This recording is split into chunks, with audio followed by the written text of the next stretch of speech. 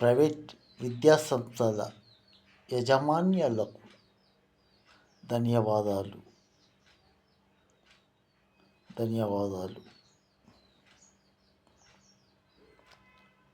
Sir అంటే గురువుతో సమానం.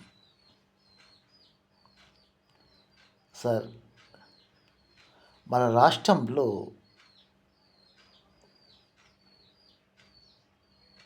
కోట్ల మంది విద్యార్థులు ఉన్నారు.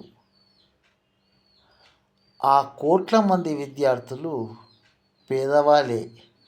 వాళ్ళకు ఇల్లు, వాకిలి ఇటువంటివి లేవు. నెలస్తే కిరాయి కట్టాలి వాళ్ళ తల్లిదండ్రులు. కడుపునిండా తినాలి అన్నం, కూరగాయలు కొనాలి, చాలా ఉన్నాయి. మీకు తెలియంది ఏముంది? చాలా కొనాలి, బట్టలు కొనాలి, అన్నీ కొనాలి పిల్లలకు. కానీ చదువే వ్యాపారం అయిపోయింది. చదువు వ్యాపారం.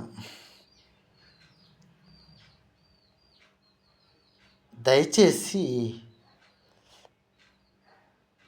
ఫీజులు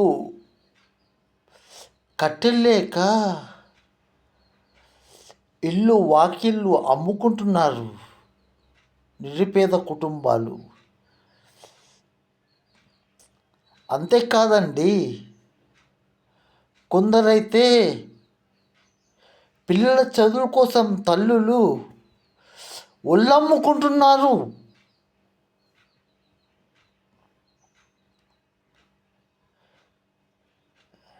ఇక చెప్పాలంటే మాటలు రావటం లేదండి.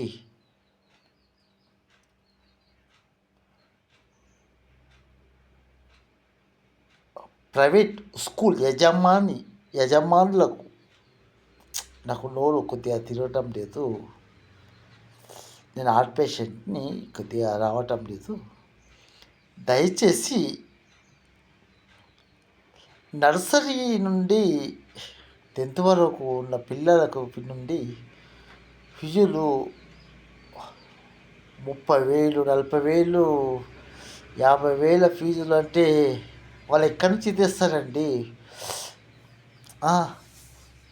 ఇక వాళ్ళు ఏం తింటారు ఫీజులు కడితే?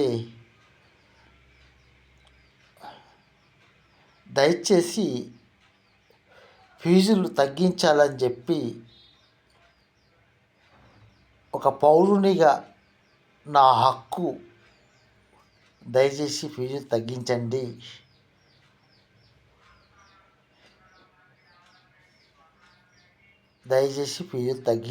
స్కూల్ పిల్లల ఫీజులు తగ్గించాలని చెప్పి స్కూల్ టీచర్లని, అంతేకాదు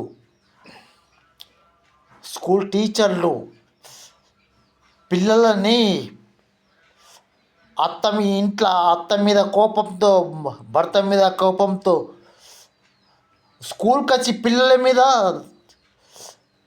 చెంపల మీద పడ చంపుతున్నారంట. పిల్లల మీద టీచర్లే కాదు,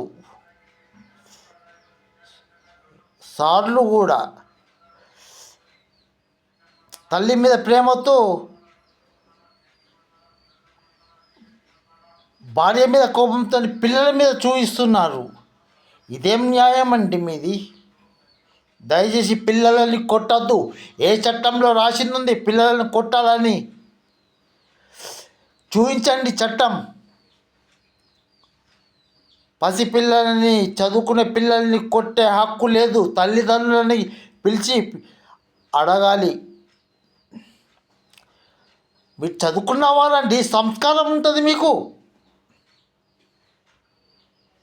సంస్కారం లేని వాళ్ళని మాత్రమే పిల్లల్ని కొడతారు. ఫీజులు తల్లిదండ్రులు కడతారు, పిల్లలు కడతారా? పిల్లల్ని నిలబెట్టి గంటల కమాన నిలబెడతారు. పిల్లల్ని తల్లిదండ్రులను నిలబెట్టి పిలిపించి ఫీజులు ఎవరైతే కట్టారో వాళ్ళ తల్లిదండ్రులని పిలిపించుకొని వాళ్ళని నిలబెట్టండి స్కూల్లో. దయచేసి చిన్న పిల్లలను కొట్టకండి.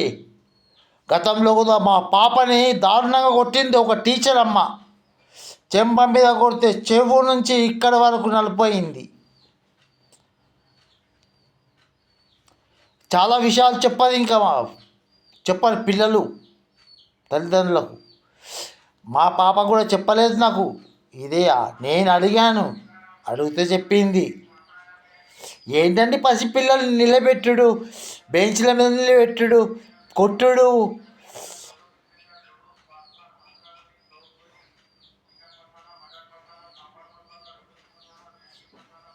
గురువు లేని విద్య లేదు, గురువు లేనిది ఏ పని లేదు.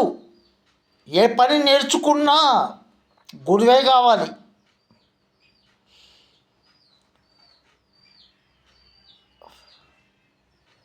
భగవంతునికి కూడా గురువు లేనిదే భగవంతునికి కూడా విద్య లేదు. రామాయణ మహాభారతం చూశారు కదా, వాళ్ళకు కూడా గురువులు ఉన్నారు. మీరు కూడా అటువంటి వాళ్ళే, గురువులే మీరు.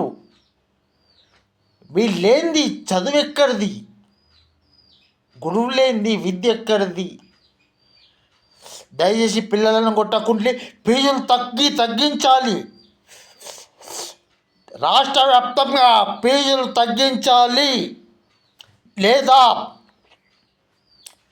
విద్యార్థి సంఘాలకు రోడ్ల మీదకి వచ్చి ఆందోళన చేస్తారు.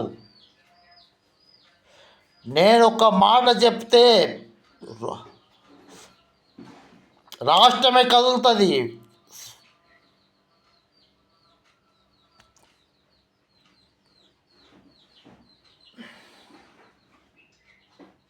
జై భారత్.